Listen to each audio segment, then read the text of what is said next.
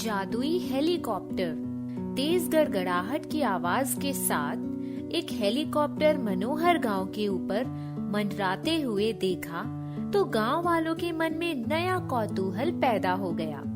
अरे संकट्ठा, ये देखो, अपना गांव कितना वीआईपी हो ही गया है। हेलीकॉप्टर मंडरा ही रहा है। ऐसा लग रहा है कि कौनो नेता की कृपा दृष्टि हो ही गई है। अरे अपना लड्डू एक ही एप्लीकेशन दिए रहा जो बाढ़ में फसल बर्बाद हो ही गई रही, उही का हर्जाना के खातिर। अरे अरे देखो, हेलीकॉप्टर डगमगा रहा है। सभी गांव वालों ने देखा एक हेलीकॉप्टर डगमगाते हुए एक खेत में उतर गया। उसका पंखा जोर जोर से घूम रहा था। मामला कुछ और है। इंजन में कोई गड़बड़ी आई गई है। पंखा रुकने दो, तब पास में जाओ। अरे पंखा ऊपर घूम रहा है, हम नीचे रहेंगे। चलो देखते हैं। साहब, कोई गड़बड़ी आ गई है क्या? हाँ, इंजन में कोई दिक्कत थी। अब देखते हैं क्या है। अरे साहब, लोगों के लिए पानी वानी लेकर आओ। सकट्ठा, खटिया बिछाओ। खटिया आ गई, पानी भी आ गया। आप लोग पहले आराम से बैठिए, पानी पीजिए। एकरा बाद में इंजन की बीमारी का हल ढूंढिए। देखो, कार्बोरेटर में कचरा फंसा होगा। अरे ये मोटरसाइकिल नहीं है, हेलीकॉप्टर है। भैया बहुत ही भारी है, बहुत महंगा होगा। हमने अपने विभाग में सूचना दे दी है। अब इंजीनियर आए तो इसको बनाएं। यहाँ कोई दिक्कत तो नहीं है? अरे कोई दिक्कत नहीं है साहब। कुछ देर के बाद इंजीनियर आ गए और हेलीकॉप्टर से इंजन को सही करने लगे। गांव के आदमी पूरी मदद करने लगे। हेलीकॉप्टर में जो कीचड़ मट्टी लगी थी उसको भी गांव वाले साफ करने लगे। बीच बीच में हेलीकॉप्टर की स्पेशल लाइट जल जाती थी। इंजीनियर ने गांव वालों की मदद से हेलीकॉप्टर को पूरी तरह से दुरुस्त कर दिया। पायलट और उनकी टीम हेलीकॉप्टर में बैठ गई और उन्होंने गांव वालों को धन्यवाद देते हुए उड़ान भर ली। कुछ महीने बीत गए। चारों तरफ तेज बारिश होने लगी। नदी के पानी में भयंकर बाढ़ आ गई। चारों तरफ पानी ही पानी। बाढ़ का पानी गांव में आ गया। हाहाकार मच गया। गांव वाले पानी के अंदर फंस गए। उनके खाने पीने की भी परेशानी पैदा हो गई। सरकार की तरफ से मदद के तौर पर हेलीकॉप्टर से खाने के पैकेट गांव में आने लगे। एक हेलीकॉप्टर आया और मनोहर गांव में मंडराते हुए खाने के पैकेट्स गिराने लगा। गांव वाले भूख से परेशान थे। वे टूट पड़े। भैया, बड़ी भूख लगी थी। सरकार की कृपा बरस रही है। टिल्लू, तुम भी खाओ। बाढ़ में भोजन मिल रहा है, बड़ी बात है। पूरी भाजी है, काटो काटो। मुन्ना और उसके मम्मी के लिए भी लेते जाओ। बड़ा बढ़िया इंतजाम किया है सरकार ने। अरे पैकेट रुकने का तो नाम ही नहीं ले रहा है। अरे सारा खाना हमारे गांव में ही गिरा डालेंगे क्या? ये हेलीकॉप्टर तो कुछ जाना पहचाना लग रहा है। अरे हाँ, ये तो वही है जो एक बार बिगड़कर सकट्ठा के खेत में उतर गवा रहा। वही तो है, देखो बत्ती जल रही है। हेलीकॉप्टर के अंदर बैठे पायलट भी आश्चर्य में पड़ जाते हैं। अरे सारे खाने के पैकेट अपने आप उछल उछल कर इसी गांव में गिर रहे हैं, जैसे कोई जादू कर दिया हो। इतने में हेलीकॉप्टर अपने आप नीचे उतर जाता है। अरे यह हेलीकॉप्टर अपने आप नीचे कैसे उतर गया? मैं इसे आगे बढ़ाना चाहता था, लेकिन यह नीचे उतरता चला गया। सभी गांव वालों ने हेलीकॉप्टर को चारों तरफ से घेर लिया। हेलीकॉप्टर की बत्ती जलने लगी। हेलीकॉप्टर के अधिकारियों के द्वारा न चाहते हुए भी हेलीकॉप्टर के अंदर से खाने के पैकेट उछल उछल कर गांव वालों के हाथों में पहुंचने लगे, जैसे कोई जादू चल रहा था। ये अधिकारी लोगन की मेहरबानी नहीं है, हेलीकॉप्टर का जादुई कमाल है। हम लोग पिछली बार एक बड़ी सेवा किए रहे। इसको कहते हैं प्यार और उपकार। अरे ये देखो, पानी की बोतल भी आ रही है। अरे नोट की गड्डी भी आ रही है। नोट की बहुत सारी गड्डियां उड़कर गांव के सरपंच के पास आ गई। आप लोग परेशान मत होइए। यह सारे रुपए पूरे गांव वालों के लिए है। मैं सबको वारी वारी से बुलाकर बांट दूंगा। सबकी बराबर मदद करूंगा। सरपंच के पास एक बोरे में बहुत सारी नोट की गड्डियां इकट्ठा हो गई थीं। अरे ये नोट की गड्डी कहाँ से निकल रही है? मेरा तो दिमाग ही नहीं काम कर रहा है। इसमें से कुछ मुझे भी मिल जाता तो मजा आ जाता। इस हेलीकॉप्टर के अंदर कोई जादू है। यह मामूली हेलीकॉप्टर नहीं है। हाँ, पहले वाले पायलट ने मुझे बताया था कि यह हेलीकॉप्टर बहुत ही बढ़िया क्वालिटी का है। इसको चलाने में कभी भी कोई परेशानी नहीं हुई, कभी कोई खतरा नहीं हुआ। इसने तो उस पायलट को कई बार खतरे से बचाया है। मुझे भी कोई शिकायत नहीं हुई। अब मुझे भी कुछ रुपया मिल जाता तो काम बन जाता। इतने में हेलीकॉप्टर के अंदर से कपड़े के पैकेट उछलने लगे और गांव वालों के हाथों में गिरने लगे। अरे वाह, ये लो भैया, कुर्ता, धोती, पतलून और रुमाल भी आ गया। अब तो हम मनाएंगे कि रोज बाढ़ आए और ये हेलीकॉप्टर हमारे गांव पर मंडराए। सरपंच ने रुपए की सारी गड्डियों को संभाल कर अपने घर में बोरे में रख लिया।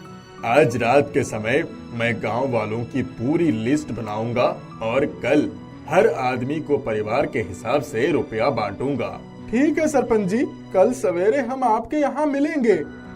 उसी चांदनी रात में गांव का एक लफंगा जिसका नाम कालिया था, उसने सरपंच जी के घर में सेंध लगाई और अंदर घुस गया। वह नोट की गड्डियों वाले बोरे की तरफ बढ़ गया और बोरे को उठाकर वहां से बाहर निकल गया। वहां पर अचानक हेलीकॉप्टर उड़कर आ गया और कालिया के ऊपर मंडराने लगा। सरपंच जी भी जागकर घर से बाहर निकल आए। गांव वाले भी वहां आ गए। हेलीकॉप्टर से एक रस्सी नीचे आई और उसने कालिया को बांध लिया। कालिया के हाथ से नोट का बोरा छूट गया, जिसे सरपंच ने अपने कब्जे में ले लिया। कालिया रस्सी में फंसकर हेलीकॉप्टर के नीचे लटक गया। अरे बचाओ बचाओ, गिर जाऊंगा, मर जाऊंगा, बचाओ। हेलीकॉप्टर ने उसे रस्सी से छोड़ दिया और वह धड़ाम से नीचे जमीन पर आकर गिर गया। अरे बाप रे, मर गया रे, कमर टूट गई रे। कालिया, तेरी चोरी की आदत नहीं छूटी है, इसीलिए आज तेरी कमर टूटी है। चलो गांव वालों, अब बारी बारी से अपने नोट की गड्डियां ले लो। और मेरे लिए? कालिया को बाबा जी का ठुल्लू मिलेगा। सभी लोग हंसने लगे और जादुई हेलीकॉप्टर आकाश में उड़ने लगा। उसकी बत्ती जल रही थी और गांव वाले प्यार से उसे बाय बाय कह रहे थे। जादुई एरोप्लेन। हवाई जहाज के पायलट यशवीर सिंह ने अपनी 30 साल की सेवा पूरी कर ली थी। 2 वर्ष के बाद वो रिटायर होने वाले थे। वह बहुत ही कुशल पायलट माने जाते थे। एक दिन जैसे ही उनका हवाई जहाज उड़ा, वैसे ही एयर होस्टेस की चीख सुनाई पड़ी, हेल्प हेल्प। सभी यात्री भौचक्के रह गए। उन्होंने देखा कि एक हट्टा कट्टा आदमी एयर होस्टेस के कनपट्टी पर पिस्तौल लगाकर बड़ी बड़ी आंखें करके चारों तरफ देख रहा है। उसके पीछे और 2 भयानक चेहरे वाले आदमी हाथ में पिस्तौल लेकर खड़े हो गए। हवाई जहाज के यात्री समझ गए कि यह हवाई जहाज हाईजैक हो चुका है। पायलट यशवीर सिंह को भी यह मालूम हो गया था। सभी लोग अपनी जगह पर बैठे रहें। किसी ने चालाकी की तो अपनी मौत का जिम्मेदार बन जाएगा। हमारी बात को कोई धमकी मत समझना। किसी की जान लेना हमारे लिए छोटा सा खेल है। तीसरे आतंकवादी ने अपनी पिस्तौल के उल्टे भाग से एक यात्री के सर पर मार दिया। जब कह दिया गया बैठे रहो तो बैठे रहना है। खड़े रहने की सजा मौत ही हो सकती है। सभी यात्री डरकर खामोश हो गए। कृपया आप सभी लोग अपने स्थान पर बैठे रहिए। कोई भी खतरा मोल मत लीजिए। देखिए, मैं एक हार्ट पेशेंट हूँ। हवाई जहाज को हवाई अड्डे पर लैंड कराकर मुझे उतरने दीजिए। खामोश! आज ये हवाई जहाज हमारी इच्छा के अनुसार लैंड करेगा। एक आतंकवादी ने पायलट यशवीर सिंह की कनपट्टी पर पिस्तौल लगा दी। पायलट, सीधे चले चलो, हम जहाँ कहेंगे वहीं लैंड होगी। इतने में हवाई जहाज हिलने लगा। आतंकवादियों और बैठे हुए सभी यात्रियों को झटका लगने लगा। हे पायलट, ये क्या कर रहे हो? क्या तुम्हें अपनी जान प्यारी नहीं है? देखिए, मैं कुछ नहीं कर रहा हूँ। ऐसा लगता है कि हवाई जहाज के इंजन में कुछ खराबी आ गई है। मैं देखता हूँ। पायलट यशवीर सिंह को भी यह समझ नहीं आ रहा था कि आखिर यह हो क्या रहा है। हवाई जहाज के इंजन में भी कोई खराबी नहीं दिख रही थी। अचानक हवाई जहाज गोल गोल घूमने लगा। आतंकवादियों को चक्कर आने लगा। पायलट, नाटक बंद करो, प्लेन के इंजन को कंट्रोल करो। पायलट की बहन भी उसी प्लेन में यात्रा कर रही थी। उसने एयर हॉस्टेस से अपने भाई के पास सूचना भिजवाई। मेरे भैया से कह दो कि हवाई जहाज को संतुलित कर दें। बहुत सारे यात्रियों की जान की सुरक्षा का प्रश्न है।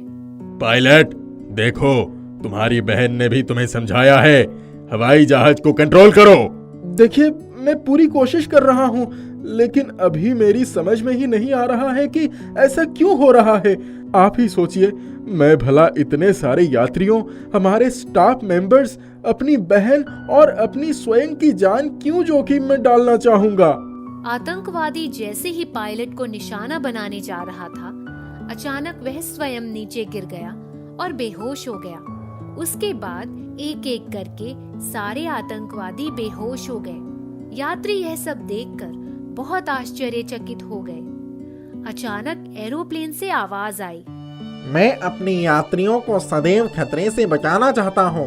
आज इन आतंकवादियों ने मुझे हाईजैक करने का पूरा प्लान बना लिया था। मैंने ही इन्हें बेहोश कर दिया है। अब इनकी गिरफ्तारी और सजा पक्की है। कुछ यात्री उठे और उन्होंने सभी आतंकवादियों के हाथ पैर बांध दिए। पायलट यशवीर सिंह ने राहत की सांस ली। सभी यात्रीगण कृपया ध्यान दें। अब हमें कोई खतरा नहीं है। हमने सभी आतंकवादियों को कब्जे में ले लिया है। कुछ ही देर में हम हवाई जहाज हवाई अड्डे पर उतारने वाले हैं। अब हवाई जहाज बहुत संतुलित रूप से उड़ रहा था। ऐसा लग रहा था जैसे उसका गुस्सा शांत हो गया हो। उसे हवाई अड्डे पर सुरक्षित उतार लिया गया और सभी यात्री उतरने लगे। सभी आतंकवादियों को गिरफ्तार कर लिया गया। पायलट यशवीर सिंह हवाई जहाज के इस जादुई प्रभाव से बहुत अचंभित हो गए। इस हवाई जहाज को उन्होंने कई बार उड़ाया था और कभी भी किसी भी प्रकार की समस्या का उन्हें सामना नहीं करना पड़ा था। पायलट यशवीर सिंह अपनी हवाई सेवा से रिटायर हो गए। उन्हें वह पुराना जादुई हवाई जहाज बहुत कम कीमत पर मिल गया। उन्होंने उस हवाई जहाज से बहुत सारा धन कमाया और धीरे धीरे दूसरे कई हवाई जहाज खरीद लिए। उनकी अच्छी आमदनी होने लगी। इसी बीच उन्होंने इस जादुई हवाई जहाज पर ध्यान नहीं दिया। जिस हवाई जहाज ने उन्हें और सभी यात्रियों को सदैव सुरक्षित रखा, उसे अनदेखा करके उन्होंने बहुत बड़ी भूल कर दी। जादुई हवाई जहाज को यह बात बहुत खल गई। इसी बीच उन्हें व्यापार में बहुत घाटा होने लगा। उनके खर्चे बढ़ते गए और आमदनी कम हो गई। वे दिवालिया होने की कगार पर पहुंच गए। तब उन्हें यह बात महसूस हुई कि जादुई हवाई जहाज की अवहेलना करके उन्होंने अपनी जिंदगी की सबसे बड़ी गलती की है।